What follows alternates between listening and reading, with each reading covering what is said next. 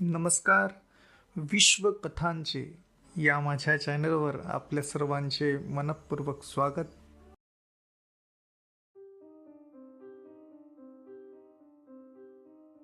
Sherlock होम्सच्या साहसी कथा यातील पहिली कथा बोहेमियाचे गुलाबी प्रकरण. शेरलॉकच्या जीवनात स्त्रीला तसे स्थानच नव्हते. याचा अर्थ तो स्त्री द्वेष्टा होता असे नव्हे, पण तो स्त्रियांपासून 4 हात दूर राहणेच पसंत करायचा. अर्थात मी याविषयी काही ठामपणे सांगू शकणार नाही.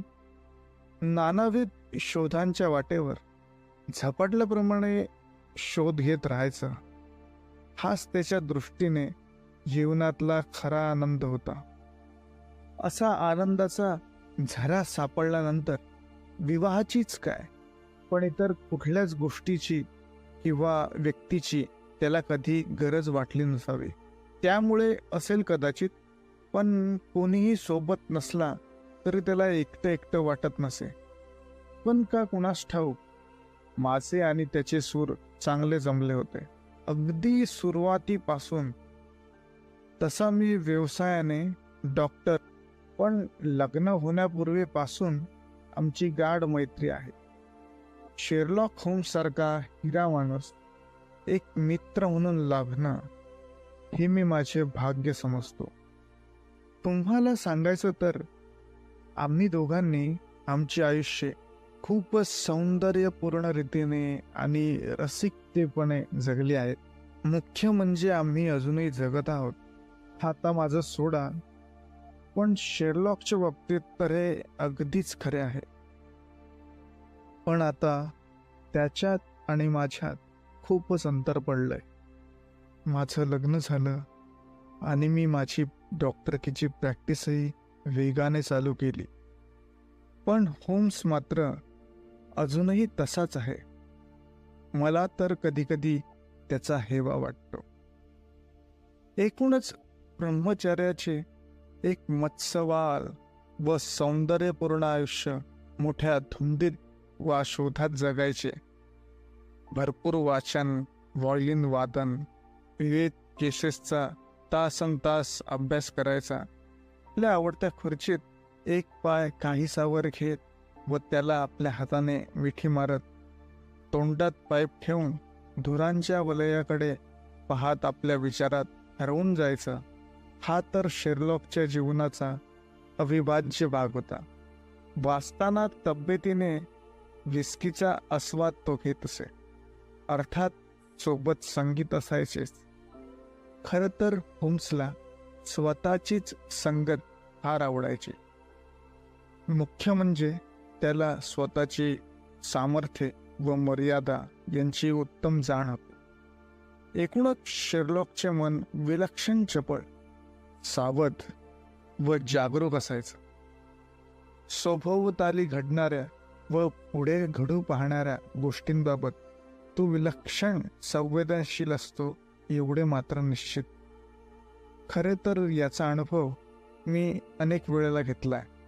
प्रत्येक केस कमालीच्या काळजीने व अगदी पाकळीने उलगडत नेण्याचा शेरलॉकचा स्वभाव मला चांगलाच परिचित होता.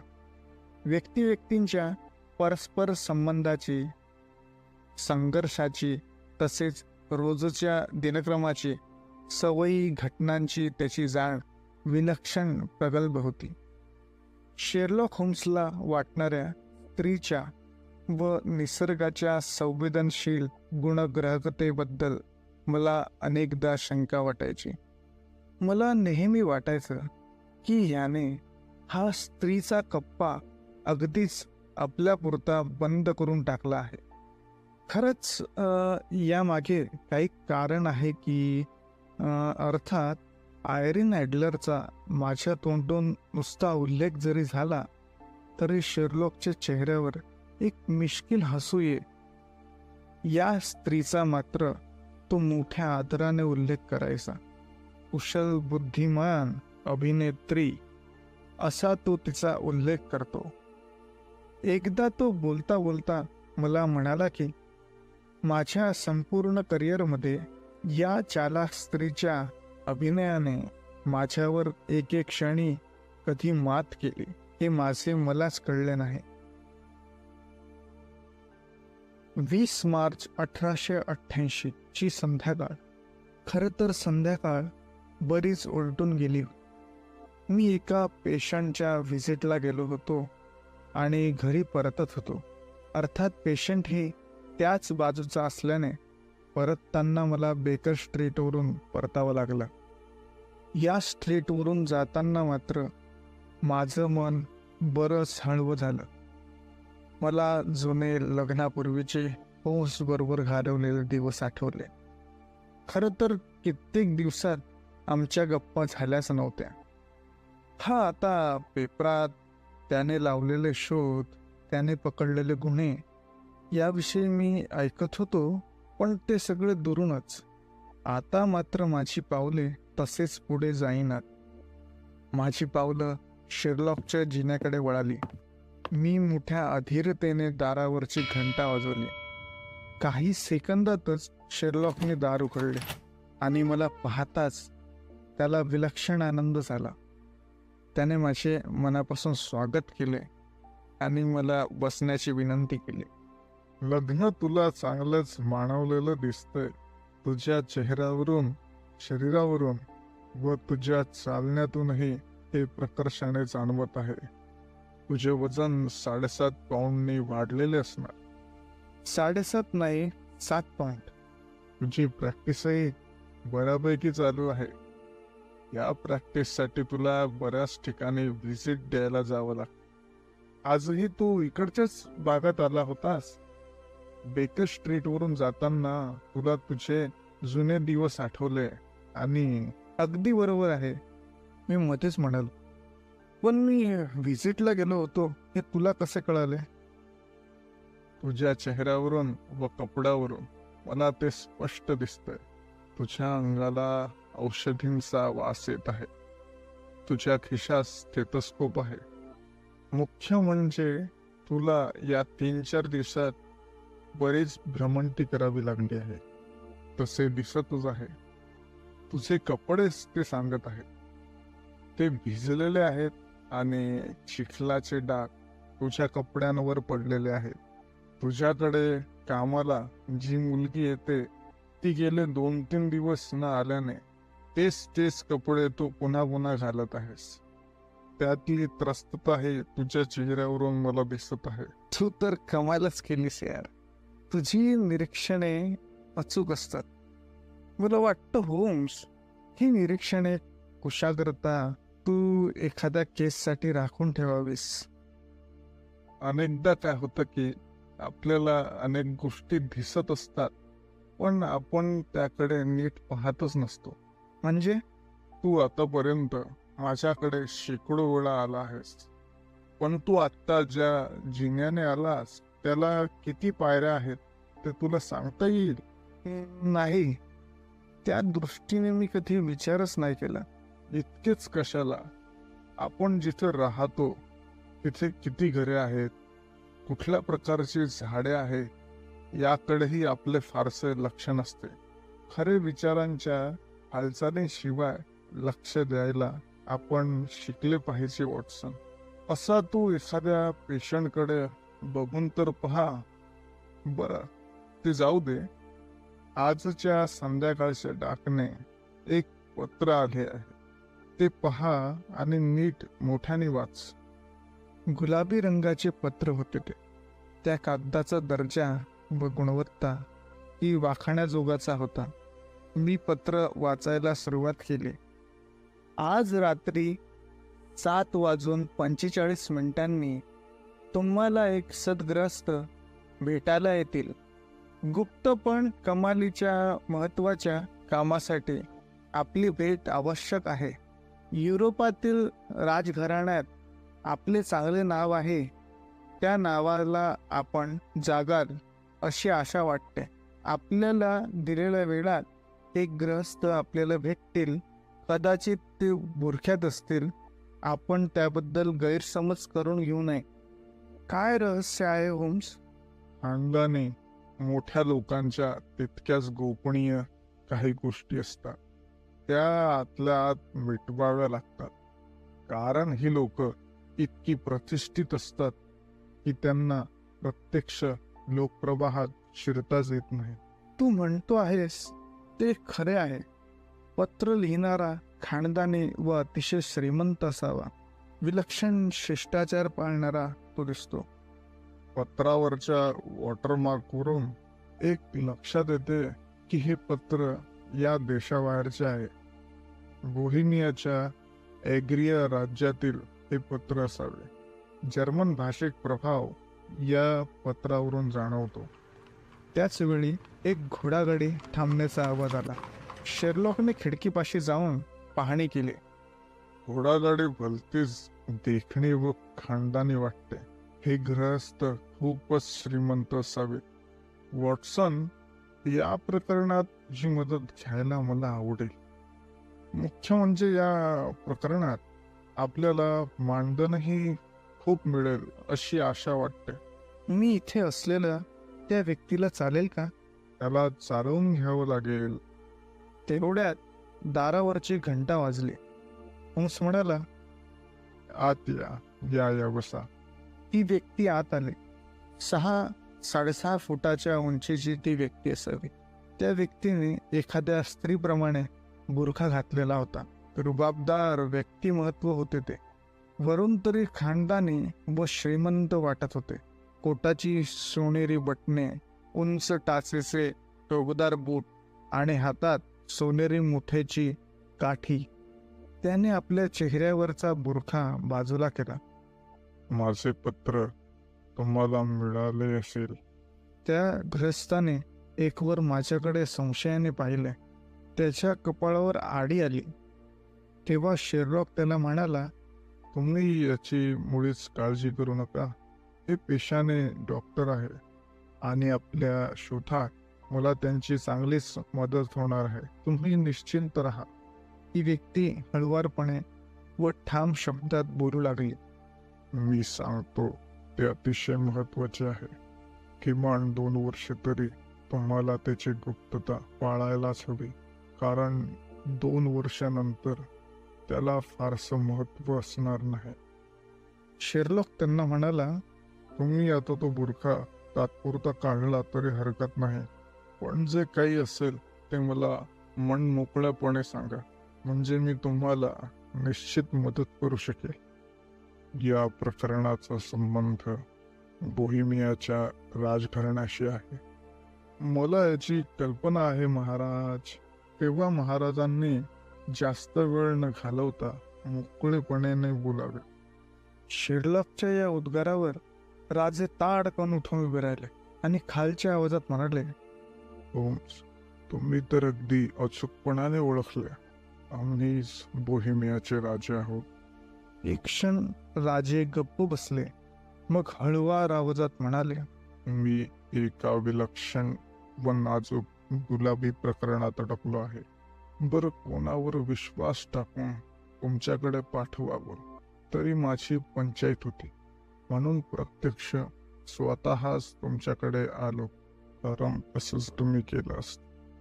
विषय त्याचा मला अतिशय त्रास झाला असता. मी समजू शकतो राजे. आपण निसंकोचतेपणे मला सगळा वृत्तांत सांगावा. सुमारे 4-5 वर्षांपूर्वी मी वॉर्सा शहरात आलो होतो. त्यावेळी या शहरात मी बरेच दिवस मुक्काम केला.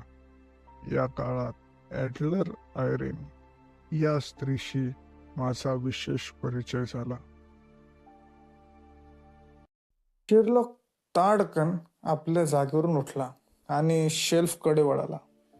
त्याला मागच्या काही रेकॉर्ड्स बघायचे होते. खरं तर निरनिराळ्या लोकांची पाकिटे त्याने केली होती आणि प्रत्येक दिवशी तो त्यात नवीन नवीन माहिती टाकीत असे. अर्थात नावांच्या क्रमाने लावलेल्या असल्यामुळे ॲडलर आयरिनचे पाकिट मिळायला शेरलॉकला फारसा वेळ लागला नाही. त्याने ते पाकिट उघडले आणि तो मोठ्यांदी वाचू लागला. 1858 साली जन्म, प्रभावी नर्तिका, गायिका, म्हणून विशेष प्रसिद्ध, अनेक संगीत ओपेरामध्ये सहभाग, दिसायला कमालीची देखणी आणि धूर्त. क्षणभर सगळीकडे शांतता पसरली. मग दोघां खूप संवाद रंगला. राजे, तुम्ही तिला पत्र लिहिलीत? हो. आता ती पत्र तुम्हाला परत हवी आहेत? राजांनी संमतीदर्शक मान डोलावली. तुम्ही दोघांनी गुप्तपणे विवाह तर केला नाही ना? नाही. मग तुम्ही काही काळजी करू नका. ती पत्रे खोटी बनावत आहेत अशी तुम्ही बतावणी करू शकता. त्या पत्रावर राजघराण्याचे शिक्के आहेत. राजमुद्रेची नक्कल करता येते. होम्स, हे सगळे आपण सांगू शकतो, पण माझे एक छायाचित्र तिच्याकडे आहे. तुमच्या एकट्याचेच आहेत ना? नाही ना. त्या फोटोत आम्ही दोघंही आहोत आणि तो फोटोही भिंतीवर लटकवावा इतका मोठा आहे. इथे मात्र तुम्ही अडकलात. अडकलो ते खरं, म्हणून तर तुमच्याकडे आलो आहे. त्यावेळी मला तिची फार भुरळ पडली होती. अगदी अडकलोच होतो मी तिच्या संबंधात. तुम्ही तो फोटो विकत का घेत नाही? तेवढी ती पुरुषी धूर्त आहे, ती तो देणार नाही. पण काही लोकांकडून पळवण्याचा प्रयत्न करायचा, तोही केला, पण काहीच उपयोग झाला नाही. माझे सगळे प्रयत्न अगदी असफल झाले. इंटरेस्टिंग काय होम्स? हे गुलाबी प्रकरण भयंकर गंभीर झालेले आहे. 4 दिवसांनंतर सोमवारी माझा साखरपुडा आहे आणि त्या उदसा तो फोटो माझ्या वधूला दाखवणार आहे. तशी धमकीच दिली आहे तिनं. तुमची वधू कुठली आहे? ती एक राजघराण्यातील आहे. स्कॅन्डिनेव्हियाचे घराणे. ती मंडळी विलक्षण परंपरावादी आहेत. राजघराण्यातील रीतिरिवाज मोठे विलक्षण असतात होम्स. आयरिन तो फोटो तिकडे पाठवेल असे तुम्हाला वाटते? निश्चितच. ती कुठल्याही थराला जाऊ शकते. कमालीची धूर्त, बुद्धिमान आणि विलक्षण सुंदर अशी ती स्त्री आहे. ती राजघराण्यातील असती तर सगळे चित्रच बदललेलं असतं. पण आता काय करायचं?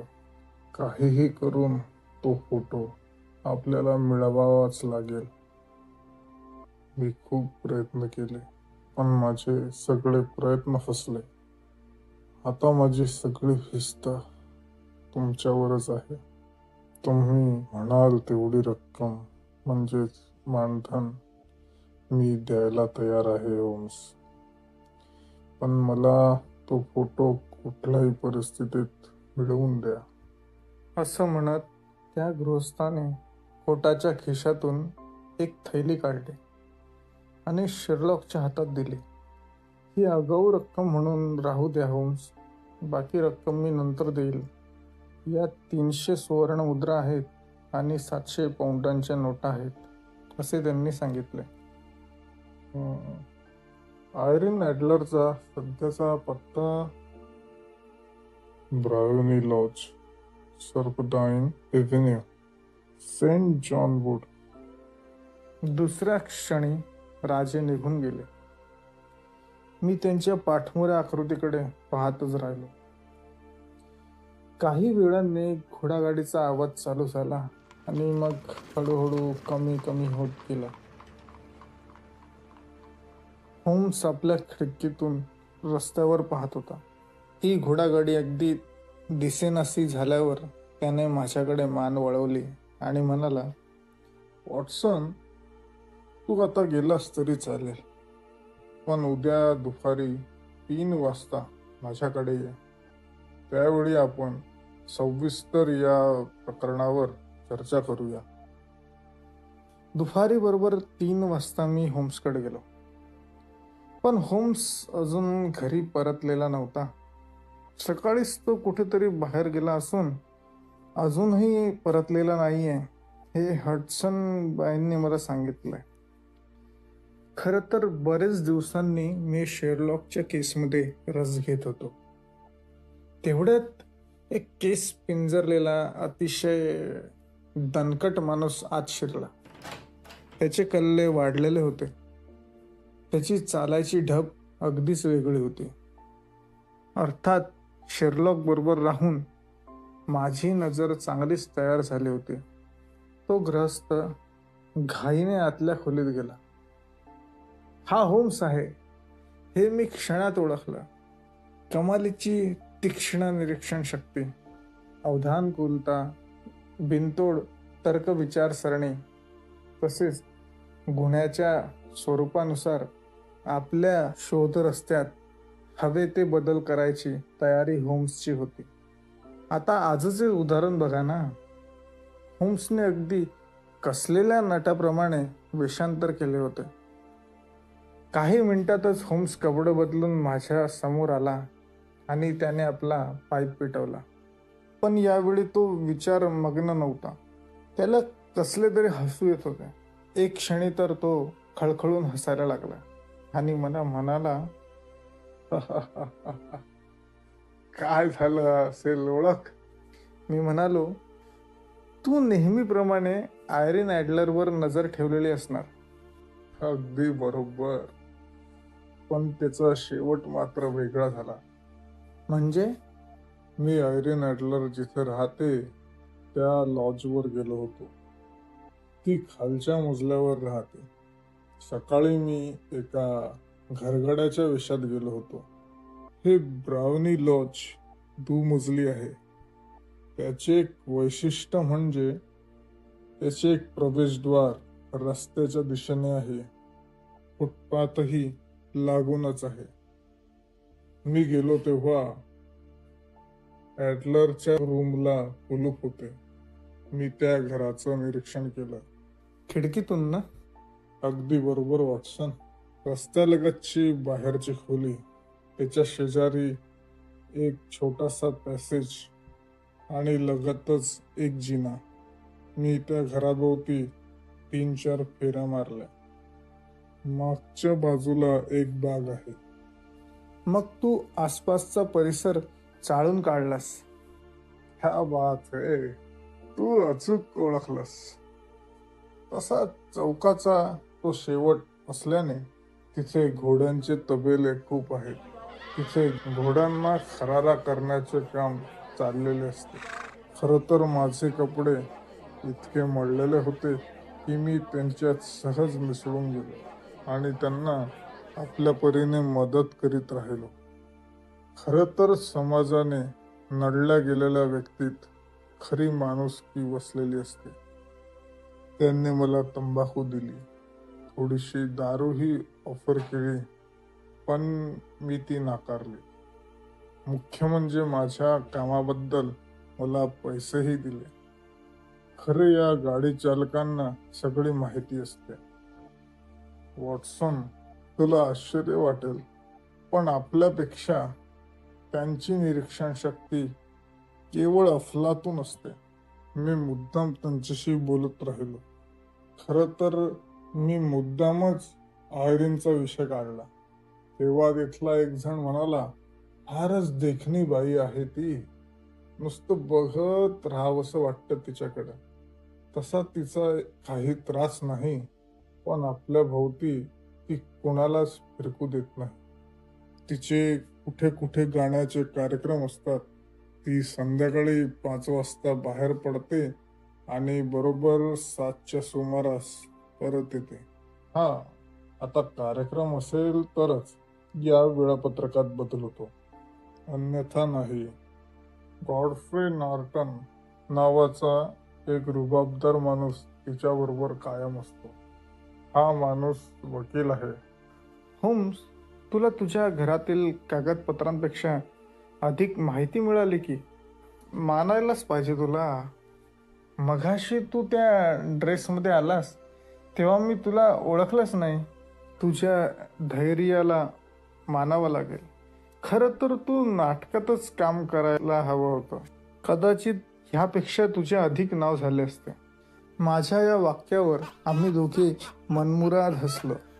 एक क्षणी मात्र मी गंभीर झालो आणि शेरलॉकला म्हणालो, हे सगळे ठीक आहे, पण या शोधासाठी घोड्यांच्या तबेल्यात काम करणे, खरारा काढणे अशी कामे तू करावीस हे काही मनाला पटले नाही.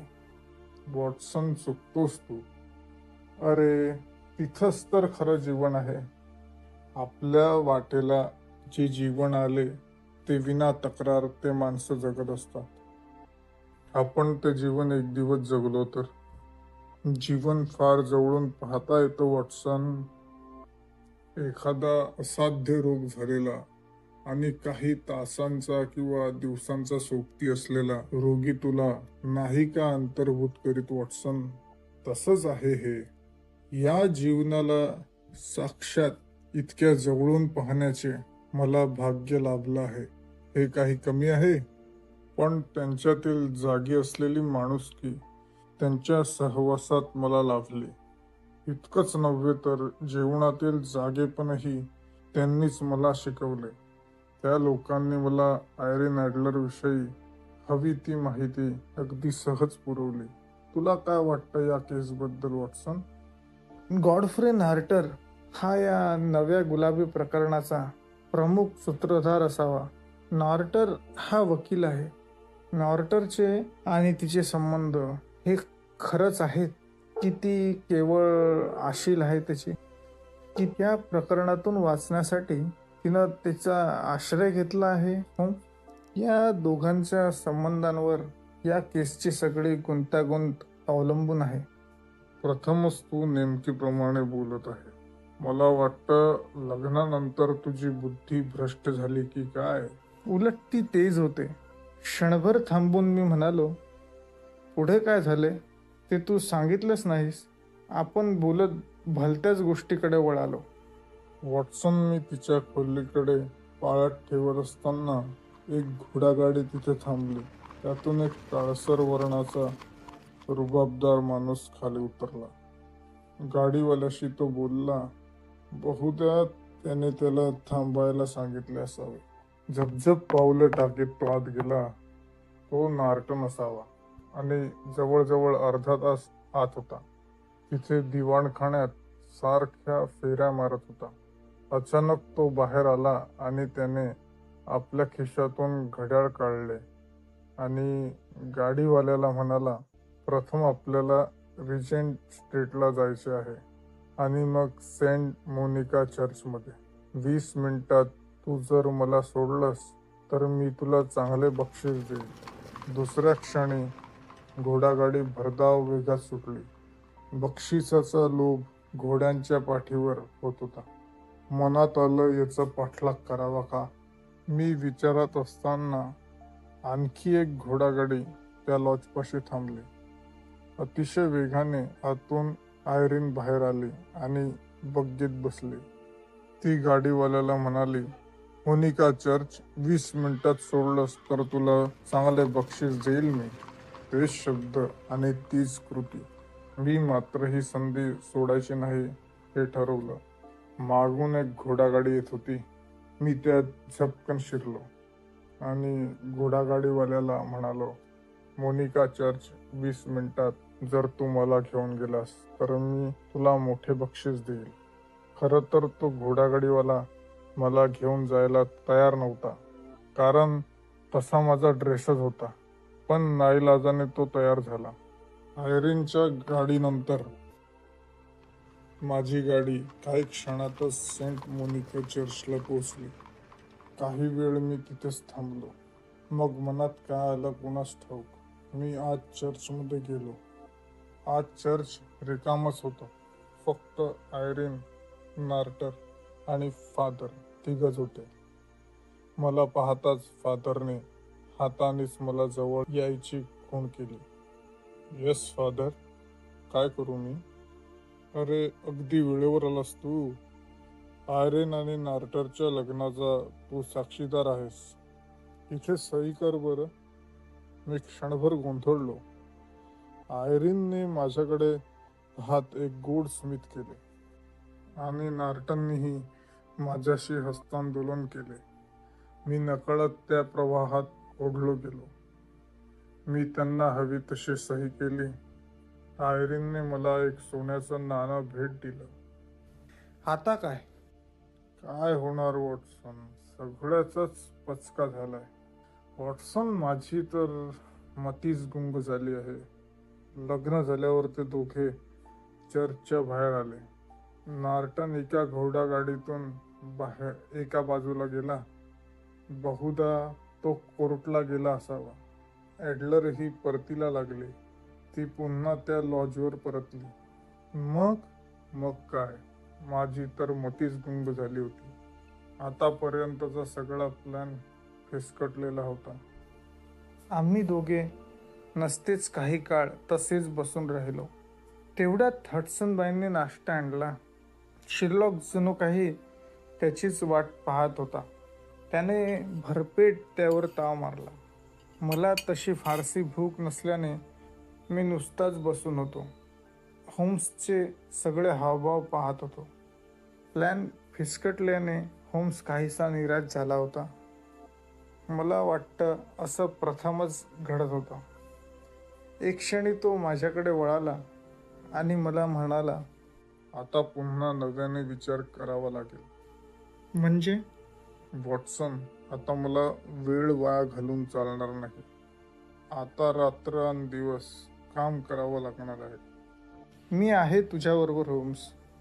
तू तर आहेच, पण कदाचित तुला कायदा मोडावा लागेल. कदाचित तुला अडचणही होईल. आपल्या केसच्या संदर्भात ना. होऊ दे रे. चांगल्यासाठी काहीही करायची तयारी आहे माझी. आणि मुख्य म्हणजे माझा तुझ्यावर पूर्ण विश्वास आहे. मी एक तुला कामगिरी सांगतो. आता 5 वाजले आहेत. साधारणपणे 7 वाजेपर्यंत आयरीन परत येईल. तेव्हा आपल्याला तिच्या लॉजवर जायचे आहे. मी काय करावं अशी तुझी अपेक्षा आहे? तुझं त्या घोळक्यात असणं महत्वाचं आहे. आपल्याला आयरीनच्या रूममध्ये घुसायचे आहे.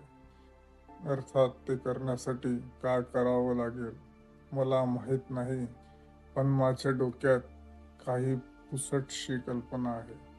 आत्ता सांगत नाही, पण एक लक्षात ठेव, काहीही झालं, अगदी मारामारी झाली तरी तू मात्र मध्ये पडायचं नाहीस. तिथे मारामारी होणार आहे? आपल्याला घडवायची आहे. या मारामारीत काहीही होऊ शकतं. माझ्या शरीरातून रक्त येऊ शकते. मी बेशुद्ध पडू शकतो. आयरीनच्या बाहेरच्या खोलीची खिडकी उघडली की तू त्या खिडकीपाशी उभं राहायचं. माझ्यावर लक्ष ठेवायचं. या खिडकीतून मी तुला दिसेल. मी काय सांगतो ते तुला कळलं आहे ना? हळूहळू सगळ्या गोष्टी समजू लागल्या आहेत. मी तुला नीट सांगतो, लक्ष देऊन ऐक. मला कुठल्याही परिस्थितीत आयरीनच्या रूममध्ये प्रवेश करावाच लागणार आहे. आत गेल्यावर एक क्षणी मी माझा हात उंच करेन, तेव्हा तू ही वस्तू आत फेकायचीस. काय आहे हे? हा धुराचा हातबॉम्ब आहे. आणि आग आग म्हणून ओरडायला सुरुवात करायचीस. साहजिकच तिथे गर्दी जमा होईल. त्या गर्दीत तू मिसळून जायचं.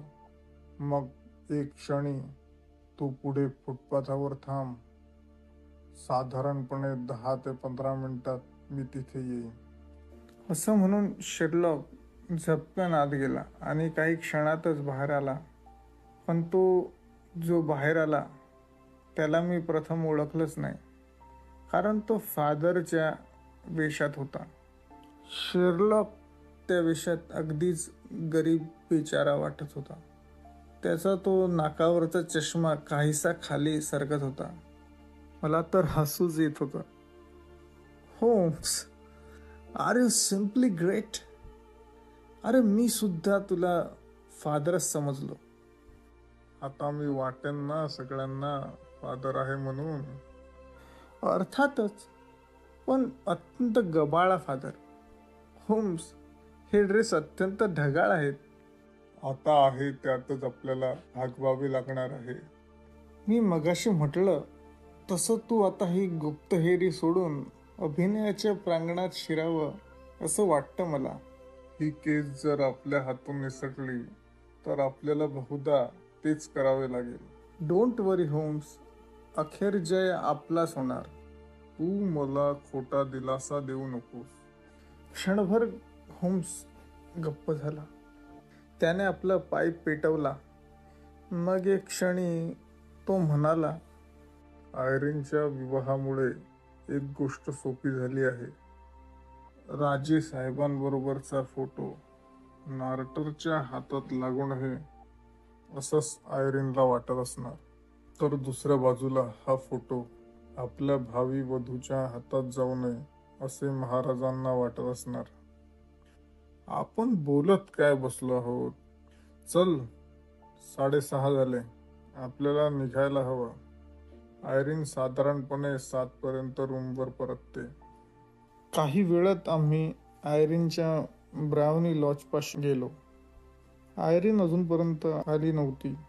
होम्स आणि मी बाहेर फुटपाथवर उभे राहिलो. तशी तिथल्या रस्त्यावर बऱ्यापैकी गर्दी होती.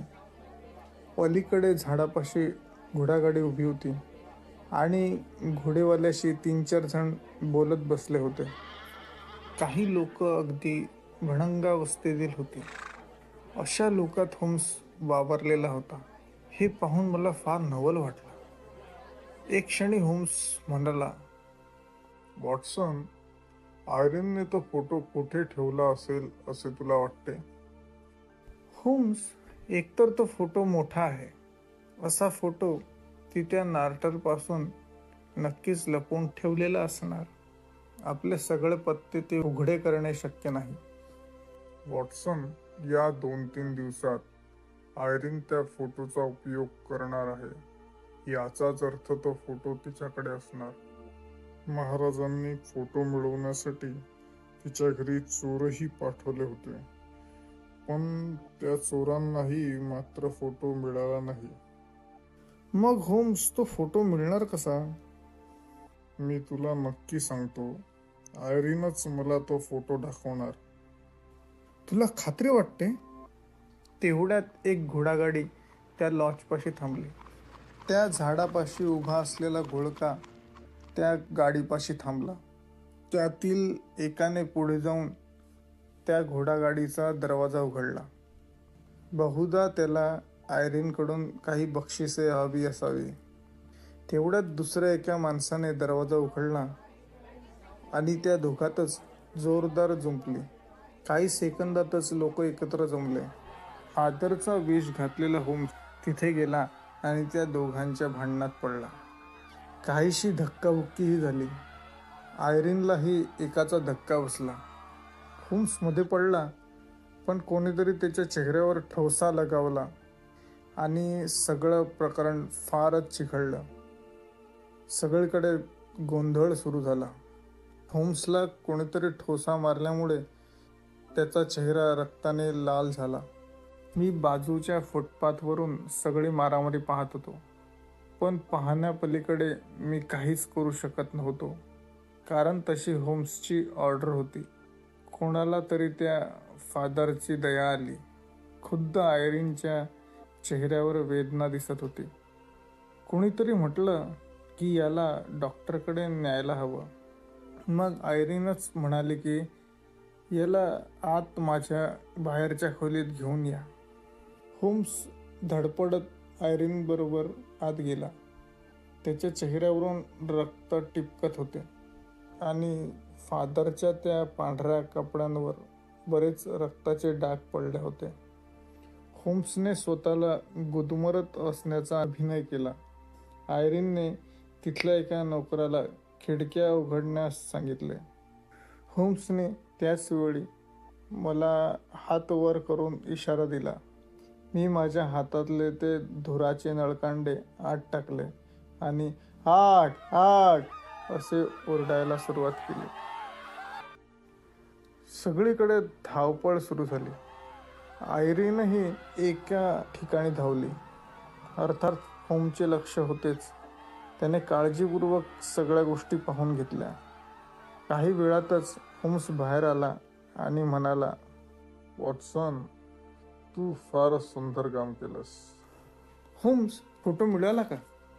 नाही, पण तो कुठे आहे ते दिसलं. मग तू तिथे काय पाहिलंस? मला आयरिननेच फोटोची जागा दाखवली. मी तुला म्हटलं होतं ना, तसंच झालं. खुद्द आयरिननेच मला फोटोची जागा दाखवली. आणि ती मारामारी? अर्थातच तो बनाव होता. मारामारी सुरू होताच खिशातून मी लाल रंग काढला आणि माझ्या चेहऱ्यावर लावला. काही रंगांचे तुकडे माझ्या कपड्यांवर पाडले. बहुधा हे सगळं नाटक छान रमलं असावं. नक्कीच. मला थेंबर देखील संशय आला नाही. मला आग लावण्याचा उद्देश काही कळाला नाही. घराला आग लागली आहे हे समजताच माणूस प्रथम आपली महत्वाची वस्तू हस्तगत करण्याचा प्रयत्न करतो. आयरिनने तेच केलं. एका दरवाजाच्या मागे एक लाकडी पार्टिशन आहे. त्याच्या फटीत तिने तो फोटो ठेवला होता. ती तिकडे धावली. काही वेळेने आयरिन परत बाहेरच्या खोलीत आली. अर्थातच मी धडपडत उठण्याचं नाटक केलं आणि तिला झालेल्या त्रासाबद्दल दिलगिरी व्यक्त केली. खरं तर माझं काम झाल्यामुळे तिथून काढता पाय घेणे आवश्यक होतं. मी तेच केले आणि बाहेर आलो. आता पुढे? आपला शोध संपला आहे. आपण राजांना बोलवून घेऊ. उद्या सकाळी आयरिनकडे जाऊ आणि त्या फोटोची जागा दाखवू. मग ते आपल्या हातानेच तो फोटो काढून घेतील. आपल्याला नाहीतरी आणखीन काय हवं आहे? किती वाजता जायचं आपण? सकाळी 8 वाजता. होम्स, आता तिचं लग्न झालं आहे, त्यामुळे तिच्या रोजच्या दिनक्रमात फरक तर नाही ना पडणार? होम्सच्या चेहऱ्यावर विलक्षण काळजी उमटली. तो म्हणाला, तिच्या लग्नामुळे तिच्या दिनक्रमात निश्चित फरक पडू शकतो. तसे झाले तर मात्र सगळी गडबडच होईल. मी आणि होम्स बोलत बोलत ब्रेकर स्ट्रीट पर्यंत आलो. तेवढ्यात कुठून तरी आवाज आला, good night mister Sherlock Holmes. होम्सने झटकन त्या आवाजाच्या दिशेने पाहिलं. मी त्याला विचारलं, काय झालं होम्स? काही नाही. हा आवाज कुठेतरी ऐकल्यासारखा वाटतो आहे. त्या रात्री मला होम्सकडेच झोपावं लागलं, कारण आम्हाला सकाळीच आयरिनकडे जायचं होतं. सकाळी आम्ही लवकर उठलो. आम्ही मस्तपैकी सँडविच खाल्ले आणि कॉफीही घेतली. तेवढ्यात बोहेमियाचे राजे आत आले. ते विलक्षण उत्साहात होते. त्याने होम्सचे अभिनंदन केले आणि विचारले, तुम्हाला तो फोटो मिळाला? नाही, पण तो कुठे आहे याबद्दल निश्चितच कळाले आहे. चला, आपण निघूया मग. मी माझी बग्गी आणली आहे. आम्ही बग्गीत बसल्यानंतर होम्स हळूच महाराजांना म्हणाला, राजे, आयरिन ॲडलरचे लग्न झाले आहे. क्षणभर राजे होम्सकडे पाहायलाच लागले. त्यांनी विचारलं, काय सांगताय? कोणाशी? एक इंग्रज वकील आहे. मला नाही वाटत की तिचं त्याच्यावर खरं प्रेम असावं. मला वाटतं राजे, त्या नार्टर वकिलावरच तिचे खरं प्रेम असावं. आणि तसं जर असेल तर ते आपल्यासाठी चांगलंच ठरेल, कारण मग ती तुम्हाला मुळीच त्रास देणार नाही. राजे क्षणभर गप्प बसले. त्यांचा चेहरा पडला. एक क्षणी ते होम्सला म्हणाले, ती राजघराण्यातली असती तर ती राणी व्हायला अगदी योग्य होती. ती उत्तम राणी झाली असती. यावर होम्सने काहीच उत्तर दिलं नाही. तो गप्प बसला. आम्ही सगळेजण ब्राउनी लॉजवर गेलो. आयरिनच्या रूमचा दरवाजा उघडाच होता. दारातच एक वृद्ध स्त्री उभी होती. ती पुढे येऊन मला म्हणाली, तुम्ही शेरलॉक होम्स ना? होम्सच्या चेहऱ्यावर विलक्षण आश्चर्य होते, पण त्याने तसे ते दाखवले नाही. त्यावरती वृद्ध स्त्री म्हणाली, मॅडम म्हणाल्या एखाद वेळेला सकाळी तुम्ही येऊन जाल. त्या आज पहाटे 5:15च्या गाडीने नवऱ्याबरोबर गेल्या. म्हणजे तिने इंग्लंड सोडलं? होय, आता त्या परत येणार नाहीत. होम्सने राजांकडे पाहिले.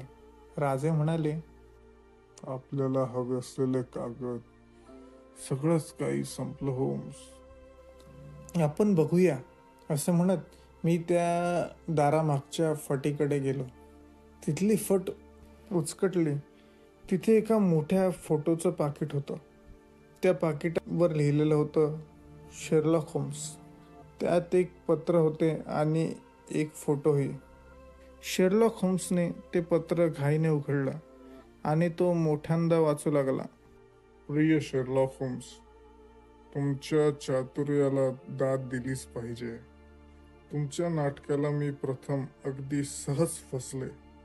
मला काही सुद्धा संशय झाला नाही.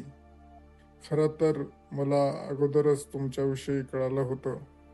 राजे ही कामगिरी तुमच्याकडे सोपवणार हेही मला माहीत होतं. माझ्या काही जवळच्या लोकांनी मला तुमच्यापासून सावधही केले होते, पण मी काहीशी गाफील राहिले. इतकंच नव्हे तर तुमचा बेकर स्ट्रीटचा पत्ताही मला मिळाला होता. खरं तर एवढा इशारा मिळूनही मी तुम्हाला या फोटोची जागा दाखवून बसले.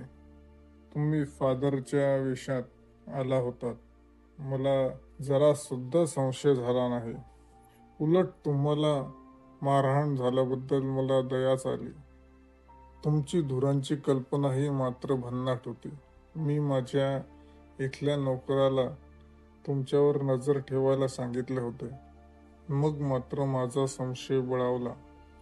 तुम्ही तिथे बाहेर पडताच मी लगेचच पुरुषी वेश केला आणि तुमच्या मागावर राहिले.